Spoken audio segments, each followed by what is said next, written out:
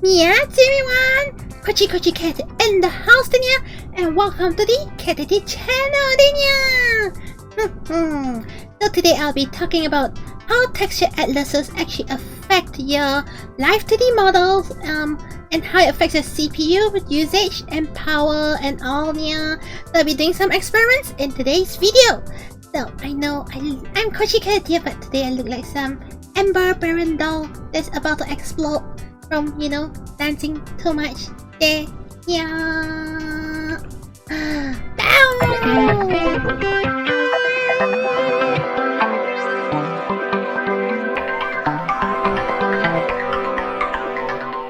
Yes, everyone!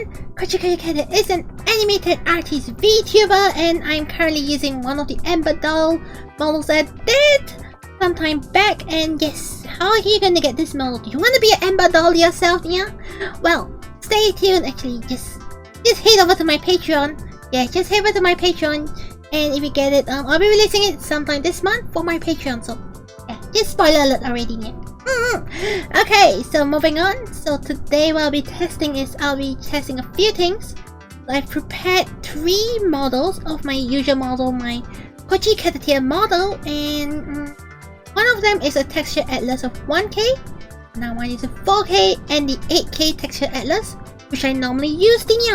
And Kochi from the future here while I'm editing the video, so I forgot to explain. Texture atlas is basically the PNG file where the Live2D will actually read to actually, you know, place on the screen, so it looks something like this. And basically this size, we are talking about the texture atlas size, is basically the resolution, the size of image. So basically the smaller image, the smaller resolution it is, the bigger the image, the higher resolution is, something like this. So okay, back to the video. Sorry for interrupting. Kochi from the future, going back to the future, So I'll be seeing how long each model takes to load. So that's the first thing. The second thing I'll be looking at is the CPU usage as I do my expressions and move around. And lastly, I'll be seeing the quality of the model based on the texture atlas. Alright, and let's go. Okay, so I'm gonna be switching to this overlay. So for this overlay, you will be able to see both the CPU usage at the bottom, okay, which I will also read out to you now, and also I'm gonna move in my PrprLive so we can also see how this turns out. Alright, so let's go for the 8K model first, shall we? Alright, yeah, so there's 8K model, and loading starting now. 1000, 2000, 3000, 4000, 5000, 6000, 7000, 8000, 9000, 10,000. Okay, so it loads about 10 seconds, and you can see it's pretty decent. CPU usage, we are looking at currently about 16%, and if I use my animations, which swaps, it goes up to 19%, and yes, so it hovers between 16 to 19% of my CPU usage. This model. So if you look at this model, it's crisp, it's clean, it's full HD because it's an 8000 plus pixel for the texture atlas. Alright, so moving on. Let's test out the 4K. Alright, and 3, 2, 1, go. 1000, 2000, 3000, 4. Okay, so this took about 4000 to 4 seconds to actually load up here. Okay, as you can see, the CPU usage is still hovering around 16%, 18%, okay, and 20% now. Alright, and now I'm back. Transformation done.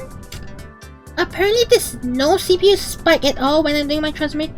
Oh wait, it's actually going down to 14% occasionally, 15%, 14%. There was just a sudden spike of 20 something percent, but generally 15%. Yes, we are looking at 15% on general average. I'm looking at it 15, 16, 18, 15, 14, yes, yeah. So we'll be looking at about 14 to 17% on average, while the previous one was 16 to 18 on average. Okay, so shall we check the last one? Yeah. And the last one is 1000. Okay. What? It took a second to load. Okay, it took a second to load. However, right off the bat, just look at this, alright? Just look at this. Do you see something wrong? Kochi is now in low resolution! Yes. You can see the difference in the resolution really clearly in this one. So let me just zoom in for you to have a look. Okay, so just look at this. The resolution of this is really terrible. It's pixelated. I was crisp and clear just now. Now pixelated. So yes, it does show quite the difference is actually quite scary. Alright, so in terms of the switching, the power loaded usage is now 15%, 18%, let me 15%,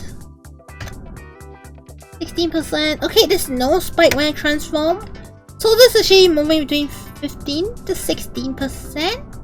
Very stably at 15 to 16%, and yes, so this will be what it is.